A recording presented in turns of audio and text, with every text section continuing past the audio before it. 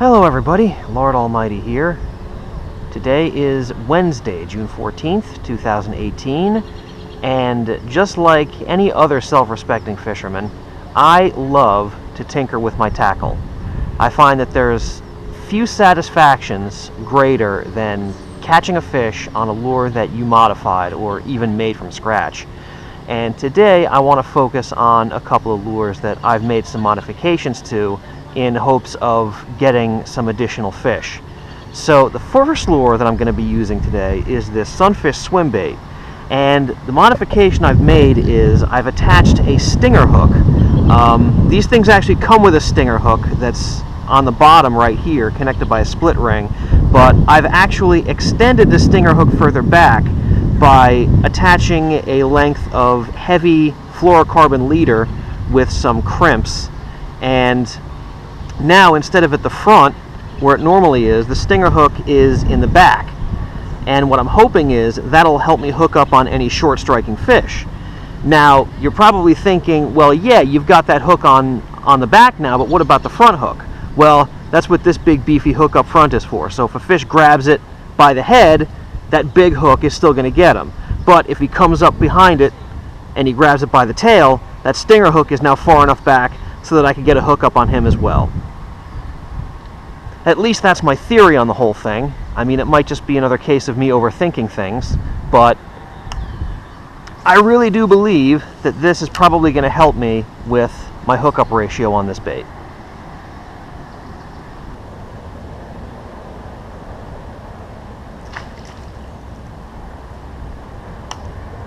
Alright, well, I just had my first strike on this bait and no hookup.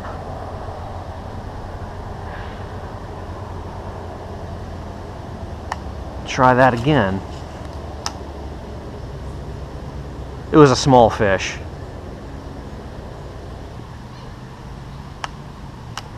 Well, I have noticed an issue with this bait and the modification straight away.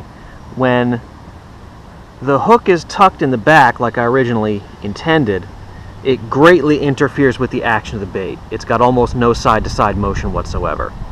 But when you take the hook out and allow it to swing freely, the action works pretty much normally. That's not an entirely bad thing, because by virtue of the lure's forward motion, the treble hook is going to be swept towards the back of the bait anyway, so I still think that this could act as a very viable stinger hook. It remains to be seen if the theory works in practice. All I have to do to test it is catch a few fish, and as we all know, that is easier said than done. Boy, this pond is awfully blue. It's like they put blue dye in it to make it one of those Windex ponds. At least I hope it's just dye. I hope it's not like a pesticide or an herbicide or something. Because last year, well, 2 years ago, the township put herbicide in this pond to kill off all the weeds, and the bass population went way down. Hopefully we can avoid a repeat of that, because that would just be a crying shame.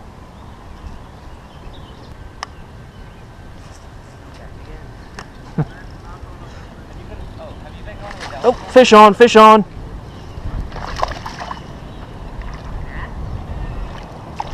There we go. Look at that.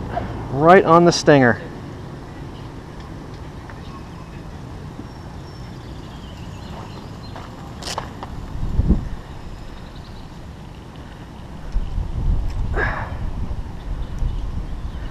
Alright, so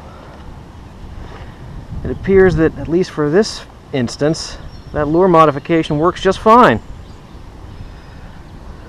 Hopefully I can obtain some additional empirical evidence.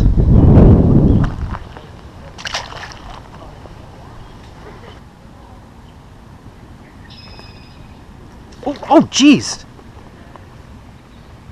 Wow, there was a bass that came right after it.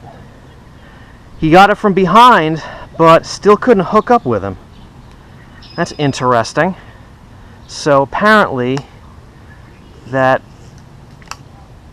stinger hook I put further back, it's not the be-all end-all. You can still miss fish.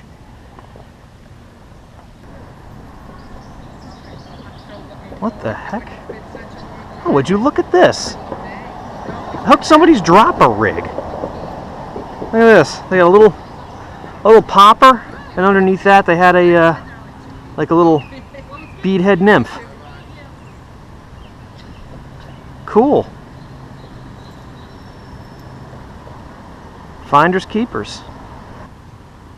Okay guys, well I threw that swim bait around for a solid hour and a half or so.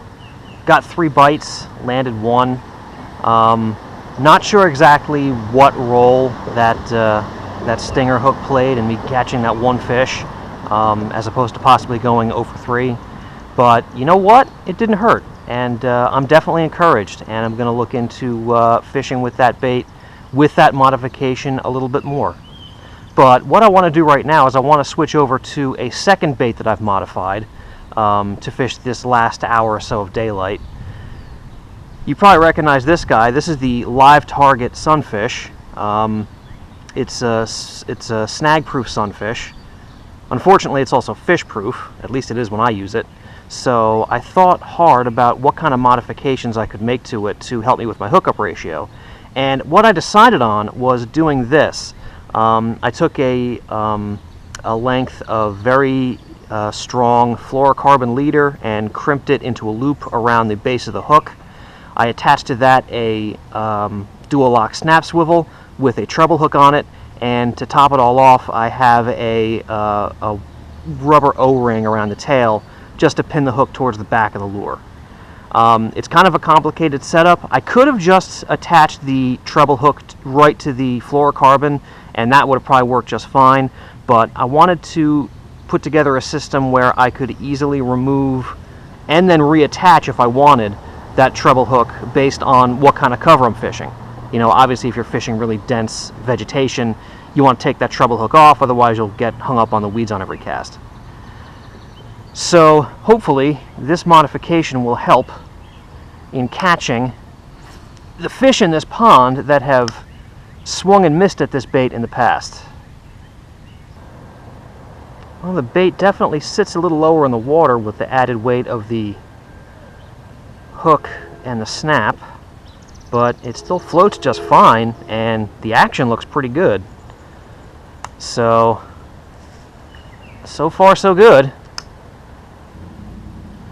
The main reason why I'm focusing on using sunfish imitations today is because we're in the middle of the sunfish spawning period, and during that time bass will definitely key in on the sunfish because the sunfish will spawn in groups.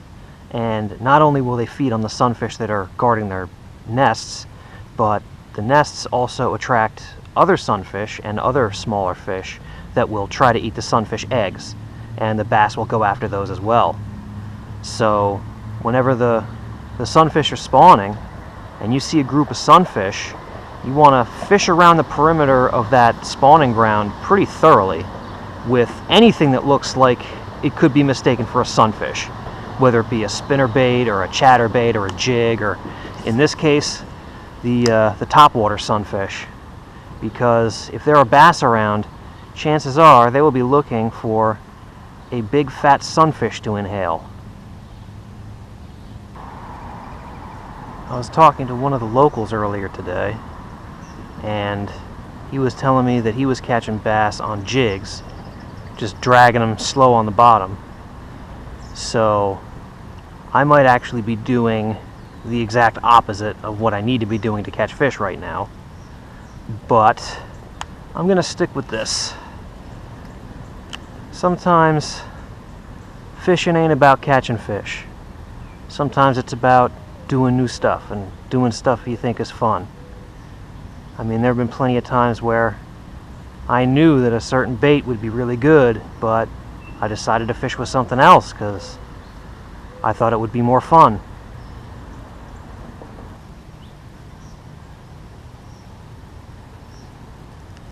There we go.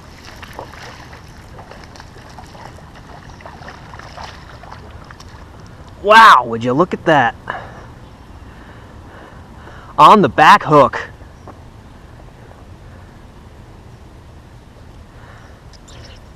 Well, after several hits, finally, my first fish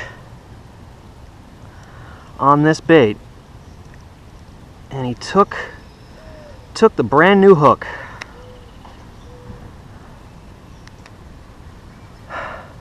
Not big, but I'll take what I can get.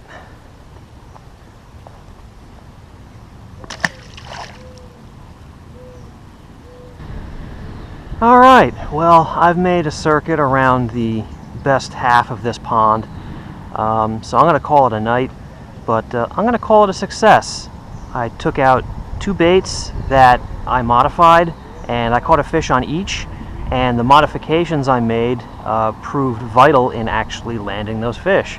So for someone like me who never really claims to know what he's doing, I'll definitely call that a win. So we've all had that experience before where we've used a lure or seen it used and we thought, man, that'd be a great lure if it were a different color, or if it dove a little bit deeper, or if it rattled a little bit louder, or flashed a little bit more. So that's kind of the impetus for modifying lures and even making your own lures, is taking these lures that have been proven to work and making them better by, changing the design, changing the shape, the color, whatever.